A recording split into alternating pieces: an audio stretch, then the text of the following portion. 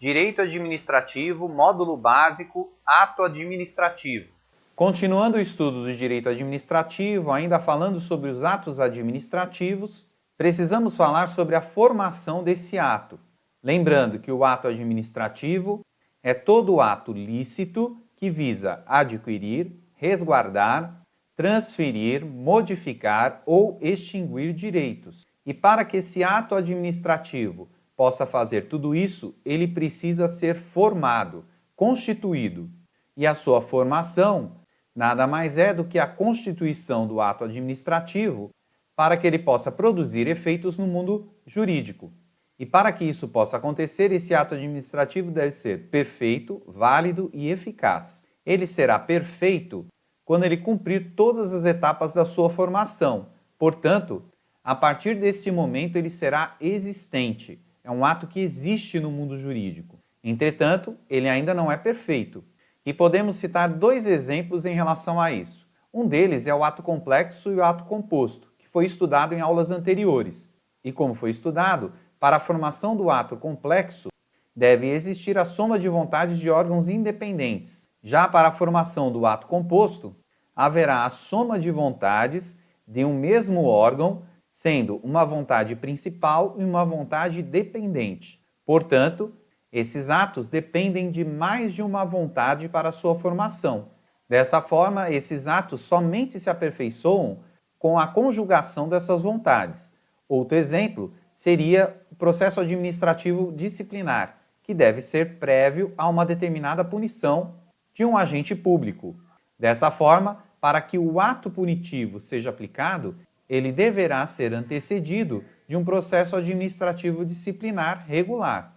O outro elemento que deve ser observado para a formação ou constituição do ato administrativo é a sua validade. E o ato administrativo será válido quando ele estiver dentro dos limites legais. Isso de forma lato sensu, comportando todo o ordenamento jurídico, sejam leis ou instrumentos legislativos de menor envergadura, como por exemplo um decreto, que pode regulamentar uma determinada lei. Dessa forma, para a formação do ato, ele deve ser perfeito e válido.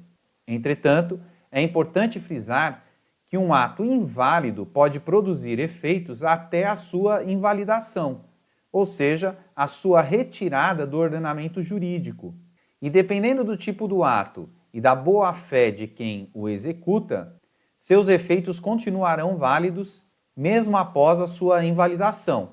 Podemos citar como exemplo a súmula 473 do STF, que determina que a administração pode anular seus próprios atos quando eivados de vícios que os tornem ilegais, porque deles não se originam direitos, ou revogá-los por motivo de conveniência ou oportunidade, respeitados os direitos adquiridos e ressalvada em todos os casos a apreciação judicial. Dessa forma, podemos ter um ato perfeito e inválido que produz efeitos. Por fim, para a formação ou constituição do ato administrativo, além dele ser perfeito e válido, ele deverá ser eficaz. E a eficácia diz respeito à aptidão do ato administrativo para produzir seus efeitos.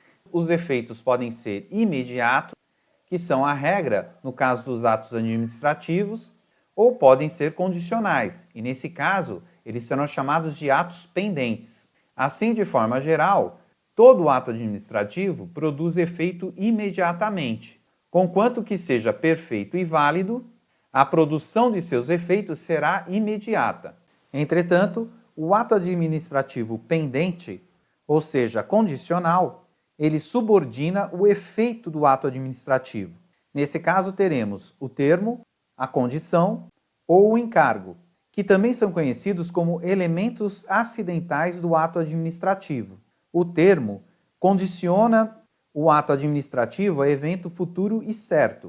Podemos citar como exemplo a publicidade do ato administrativo. E dentro do termo podemos ter o termo inicial e o termo final.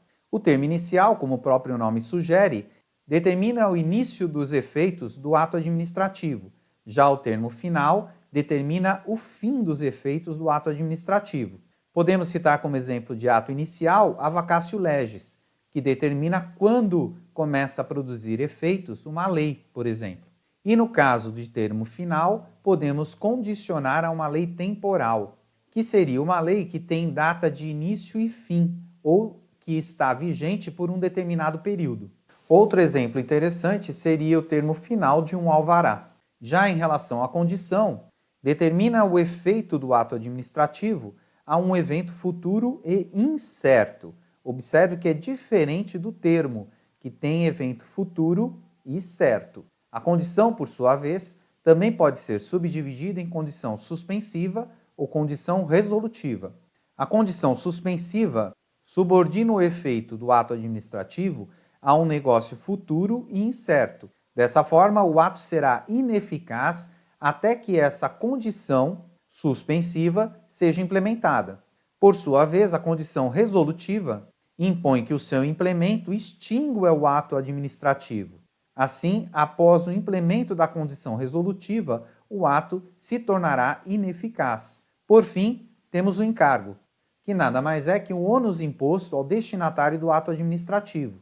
Lembrando que esse ônus pode ser tanto financeiro como uma atitude em si, um ato específico a ser realizado, como, por exemplo, uma inscrição em um determinado concurso. Portanto, como podemos observar, a condição para a eficácia do ato, que é apenas uma exceção, não é a regra no ato administrativo, tornando esse ato pendente, é considerado um elemento acidental do ato administrativo, podendo ser o termo, a condição ou o encargo, que está relacionado ao objeto do ato administrativo, que é um elemento do ato administrativo, que foi estudado em aulas anteriores, quando falamos dos atos administrativos em relação aos seus elementos, e também está relacionado a atos discricionários, que também foi estudado em aulas anteriores, quando falamos dos atos administrativos em relação à sua classificação, porque depende da vontade das partes. Dessa forma, caso você tenha o nosso fichamento, basta clicar nesses links e será direcionado para o fichamento respectivo para a revisão dessas aulas.